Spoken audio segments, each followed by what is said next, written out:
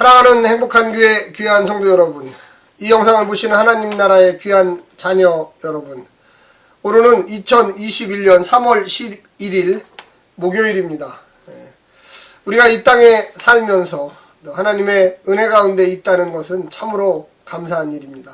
그런데 우리가 한 치 앞도 내다볼 수 없다는 것을 또한 고백해야 합니다.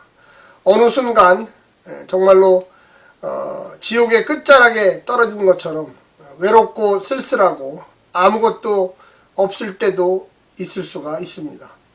그런 상황이 오면 우리는 어떻게 해야 될까요? 그때 우리가 오늘 본문의 기도와 같은 놀라운 믿음의 고백을 할 줄 알아야만 하겠습니다. 먼저 시편 61편 1절부터 8절까지의 말씀을 성우들이 읽어주고 다시 오겠습니다. 61편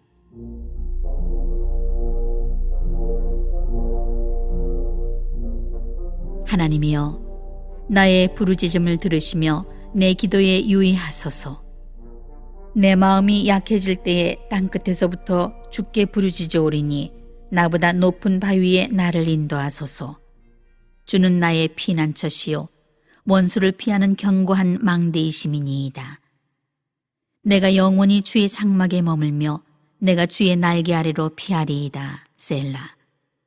주 하나님이여, 주께서 나의 서원을 들으시고 주의 이름을 경외하는 자가 얻을 기업을 내게 주셨나이다. 주께서 왕에게 장수하게 하사 그의 나이가 여러 대에 미치게 하시리이다. 그가 영원히 하나님 앞에서 거주하리니 인자와 진리를 예비하사 그를 보호하소서. 그리하시면 내가 주의 이름을 영원히 찬양하며 매일 나의 서원을 이행하리이다. 오늘 시편 61편은 땅끝에서 하나님을 향하여 부르짖는 내용입니다. 시인의 풍요로운 은유 사용들이 매력적이고요. 하나님의 날개 아래 영적인 상상력을 펼치며 드리는 찬양과 기도는 독자를 시인의 경험 속으로 같이 경험하게 하는 통합의 능력이 있습니다. 시인이 드리는 이 기도 속에 넘쳐나는 상상력은 단조롭고 진부한 세계에 갇힌 이들을 하나님의 장엄한 현존으로 인도하고 있다는 것입니다. 이 시는 표제어에 보면 다윗에 속한 시, 현악에 맞춘 노래, 한 개인의 슬픔을 노래한 탄식시입니다. 탄식. 표제어가 역사적 배경에 대해서는 전혀 알려주지 않습니다. 그러나 4절, 내가 영원히 주의 장막에 머물며라는 생각을 할 때에 아마도 예루살렘 성전이 건축되기 이전의 시기에 기록된 것 같습니다. 어떤 특정 시대를 지목할 수는 없지만 왕의 장수를 기원하는 대목에서 누구인지 알 수 없으며 다윗의 통치와 영원한 왕권을 고대한다는 이 사무엘 하 7장을 우리는 좀 생각해 볼 수가 있겠습니다. 포로기 후기 공동체가 장차 오실 메시아를 고대하는 종말론적인 희망을 담은 시로 읽어도 가능하겠습니다. 우리가 내용을 좀 더 살펴보게 된다면 오늘 본문에는 시인이 분명히 환난을 당하고 있다는 것이 알 수 있습니다. 인간 그 자체는 연약합니다. 그래서 마음도 흔들리고 삶이 뒤죽박죽 될 때가 많습니다. 오늘 본문의 특별한 단어 중에 2절에 보면 내 마음이 약해질 때에 땅끝에서부터 주께 부르짖으리. 땅끝에서부터. 이 땅끝이라고 하는 것은 정말로 바닥, 밑바닥, 이 절망적인 상황을 이야기할 수가 있겠습니다. 인간 그 자체는 연약합니다. 그래서 하나님께서 간구에 응답을 해주셔야만 합니다. 주님은 피난처가 되시고요. 인간에게 응답해 주시는 분임을 우리는 믿어야만 하는 것입니다. 주님은 과거에도 인간의 기도에 응답했고요. 지금도 간구하는 시인처럼 믿는 자에게 반드시 응답하실 것입니다. 그래서 이 오늘 시편의 기도가 더욱 큰 의미가 있다고 저는 생각합니다. 인간은 반드시 주님을 신뢰해야 합니다. 이 세상에 단 한 분밖에 없는 주님을 버릴 수가 없습니다. 아마도 오늘 시편 61편의 이 시인은 그것을 너무나 잘 알고 있었습니다.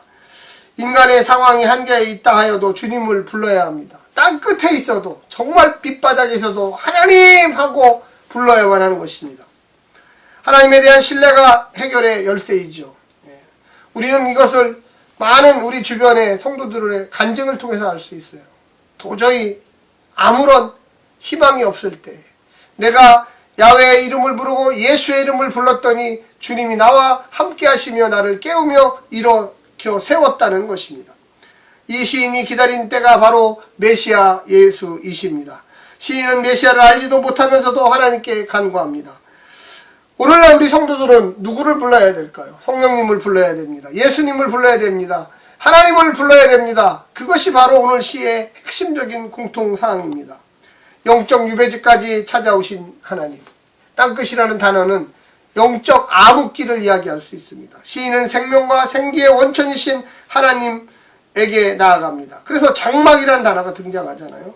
낯선 곳 땅끝까지 유배당했지만 용기와 활력을 잃은 채 지니고 있었지만 그러나 거기도 하나님이 계셨습니다. 그래서 시인은 하나님께 자신의 기도에 응답해달라고, 자신의 이 간구에 귀를 기울여달라고 있는 힘을 다해서 부르짖고 있습니다. 좌절과 유기의 수렁에서 건져 아무도 흔들릴 수 없고 넘볼 수 없는 견고한 바위 위로 인도해달라고 기도하고 있습니다. 유배당한 듯 여겨지고 길을 잃은 듯 생각이 되십니까? 하나님이 곁에 계신다고 믿는다면 여러분은 행복한 사람입니다. 최후의 순간까지 부르짖을 수 있는 분이 있고 하나님의 능력을 힘입을 수가 있기 때문에 그렇습니다. 하나님은 어디든지 계십니다. 당장 건물 성소를 찾아갈 수는 없지만 유배당했잖아요. 땅끝에 있잖아요. 그러나 하나님은 고립되어 있는 분이 아니시죠. 부르면 찾아오시는 분입니다. 그래서 피난처가 되어주시고 견고한 망대가 되어주십니다. 언젠가는 주의 장막에서 주의 날개 밑에서 영원히 주님을 찬양하기를 원합니다. 주를 끝까지 경외한다면 시인에게 기업을 주셨던, 전에도 역사하셨던 그 하나님이 이번에도 분명히 이 초라한 인생을 들어서 인생 역전의 기회로 만드실 것입니다. 하나님은요, 영원한 상수이시고요. 우리 인간이 변수입니다. 늘 변하는 존재. 하나님은 변하지 않으세요. 우리 하나님의 백성들에게 축복해 주기를 원하고 복을 주기를 원하고 권능을 빌려주기를 원하시는 분입니다. 하나님의 나라는 그래서 영원하고 견고한 것이죠. 우리가 그 하나님 나라에 들어가기 위해서 열정을 내고 비전을 꿈꾸고 성령의 충만함을 받아서 이 땅에서 의와 진리의 길에 서기를 원하는 것입니다. 사랑하는 성도 여러분, 우리가 이 땅에 걸어가는 그 길 어렵지요. 힘들 수가 있어요. 지금 땅끝에 계신 영적 유배지에 계신 분도 있을 수 있습니다. 하나님은 어디든지 계십니다. 힘을 내십시오. 용기를 내십시오. 그리고 하나님을 부르십시오. 하나님, 내가 지금 이런 고통 가운데 있습니다. 나를 붙들어 주시고 영원한 나라에 내가 가도록 하나님 길을 열어 주시옵소서라고 기도하시기를 간절히 부탁드립니다. 샬롬.